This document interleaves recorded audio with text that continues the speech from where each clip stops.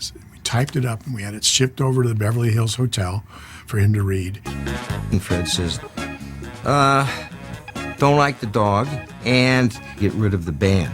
TV Crazy Man, a.k.a. Tim Frady, creator of Caveman Comics, available on Amazon, of course. Here today to give you facts and behind-the-scenes info on everybody's favorite cartoon canine, Scooby Doo, in his very first series, Scooby Doo, Where Are You? Scooby Doo, Where Are You was created by Joe Ruby and Ken Spears. These are the same guys that brought us Thundar the Barbarian in 1980. Scooby was produced by Hanna-Barbera for CBS way back in 1969. This very first and original version of Scooby ran for 2 seasons until 1970. Many various incarnations would follow. Uncle Scooby? Hi, I'm Scrappy Doo. There's actually a 3rd season on DVD that was episodes that aired on Scooby's Laugh Olympics in 1978. Did you know originally Scooby was going to be named Too Much? Yes, the name of the dog was going to be Too Much. And the series was going to be called Mystery 5. And then Who's Scared? And Fred hated the title. Hated the title Mysteries 5. Enthusiasm for the show was going right down the drain. And then finally Fred says, you know, we talked about doing a show with Bob Denver, and it was going to be called Who's Scared. Now believe it or not, originally Scooby and the gang were going to be musicians. Groovy, guys, really. At some point in the creation process, the CBS execs above Fred Silverman were worried that the show was too spooky and violent.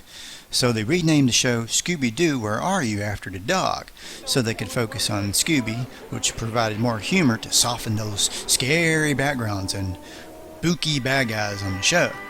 A light bulb went off, and I said, we'll take that dog, we'll move him center stage, make him the star of the show, and call the show Scooby Doo, Where Are You? Inspirations for Scooby Doo originally were the Archies, but I believe they moved away from that and more towards Dobie Gillis for the designs of the teens, and then Abbott and Costello for the spooky comedy mystery angle. Scooby was basically Costello in Fred Silverman's mind. Come on, take it all out. If we could capture the essence of what Abbott and Costello did, then we would end up with a big hit. Interestingly enough, Hanna-Barbera had actually done an Abbott and Costello cartoon in the late 60s. And as I was saying, the teen designs were clearly inspired by the cast of Dobie Gillis. Fred was Dobie. My name's Dobie Gillis, and I'm in love with a girl named Thalia Menninger. Shaggy was patterned after Maynard G. Krebs. What? Would you mind moving on? How come? Well, no offense, Sonny, but this is a clothing store, and I'd hate to have anyone think that you just came out of here. Now, the beautiful Thalia that Dobie was always trying to win over on the Many Loves of Dobie Gillis lined right up with Daphne. Like hi. Hi.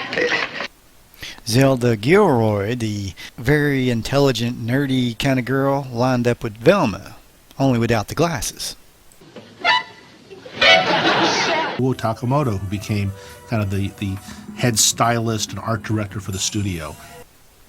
Iwo Takamoto designed Scooby and created him by giving Scooby the exact opposite characteristics of what a stereotypical perfect version of a Great Dane would be, to make him funny, of course. Now, Scooby Doo is one of the longest running cartoon series of all time, when you include all the various incarnations that have followed over the decades. Where are you? Over here.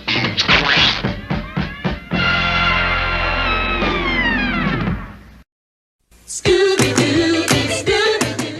Scooby Doo, get up close. Na na na na na.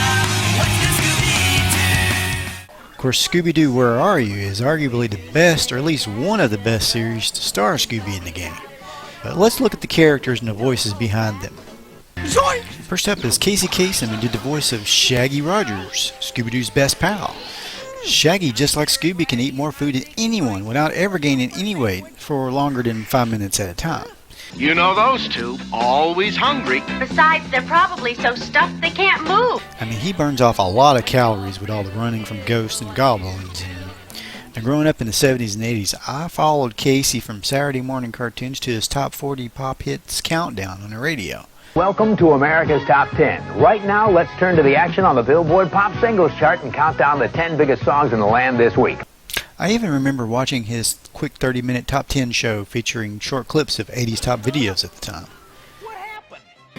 Character I wanted to do was Fred, and so they said, no, we'd like you to read the other character, Shaggy. Now, Casey also did the voice of Robin the Boy Wonder on the Super Friends. I hope we can come up with something before Scorpio attacks again. Look out! And Casey would voice Shaggy all the way to the year 2009, with a few years in between when Scooby was without a series for a little bit here and there. Now, sadly, Casey passed away in 2014 at the age of 82. Having grown up listening to Casey, it's just amazingly hard to believe it's been that long since he's been gone. Now, Fred Jones. Fred is the leader of the gang, of course. He's a man that loves to wear ascots. Look at that. The tracks go different directions. I have to describe Fred as being the guy in the group who has a license. And that's why the other kids have him around, so he can drive the Mystery Machine. Hang on, gang! Nobody's been working longer on the cast of all the Scooby Doo shows more than Frank Welker, who was the original voice of Fred Jones, and I guess still is the voice of Fred Jones, for the most part, except for that last movie, Scoob. I think somebody else did it then. Now, he's even taken over for the voice of Scooby Doo himself since 2002. Over the years, he's did the voice work for Garfield, Jabberjaw, Jetsons, the Smurfs, Dynamite, Fangface, and lots more. He's also did work on the Super Friends, voicing Wonder Dog and Marvin White on the first season of that series. Now, currently, Welker is 76 years old, but when Scooby first aired, Welker was only 23 years old. He's been Fred Jones for 53 years now. Jeepers! Now, Daphne Blake, a.k.a. Trouble-Prone Daphne, who's always getting in trouble, was first voiced by Stefana Christofferson for the first season and then Heather North afterwards. Yeah, she would fall down chutes and get the rest of the kids in trouble. She was very right for the character. So when the other girl left, I called Heather and I said, come down right away and audition for this. I think I hear them coming. Daphne, don't lean over so... Danger-prone Daphne did it again. Velma, the brainy girl, Velma Dinkley, who was always losing her glasses and always reminding us that she can't see without her glasses, was her voice was done by Nicole Jaffe. My glasses! I can't see without my glasses. There, that's better. Now, Scooby Doo is, of course, a lovable Great Dane that is afraid of his own shadow, but will surprise you with a heroic act from time to time. He's usually the reason the gang catches the bad guy at the end of every episode. His favorite food, of course, is the Scooby Snack, which he has to compete with Shaggy for. Now, why Shaggy likes to eat dog treats, I'm not sure. The Scooby Snack smells delicious. A Scooby Snack?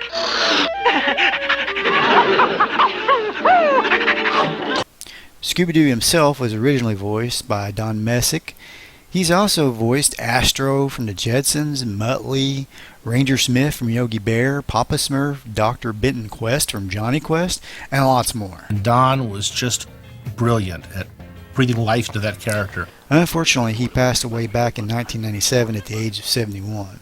I think Don got into the psyche of an animal. That dog was alive, and it was a being, a human being. Okay. Scooby Dooby Doo. Now, what really sets apart the original series from a lot of later ones is the fun chase scene music that played on the episode starting in the second season. And the songs were performed by Austin Roberts. Pretty Mary Sunlight, she's alright with me. Hey girl, you got me running. Na na na na na na na. Got to love the world, be a friend. I'm in love with an ostrich. All the neighbors complain and you sleep. I know a place where I'm going, and the place where I'm going just around the bend. Roberts even recorded a different version of the Scooby theme song for the second season. Here's a snippet of the original. Scooby Dooby Doo, where are you? We got some work to do now. Now, Now here's the second season intro that Roberts recorded. Scooby Dooby Doo, where are you? We got some work to do now. Thanks for watching, Scooby fans. If you want more Scooby content, please let me know in the comments below. Let me know if you liked the video, and hit the bell for future notifications. And thanks for watching this far, and have a great day.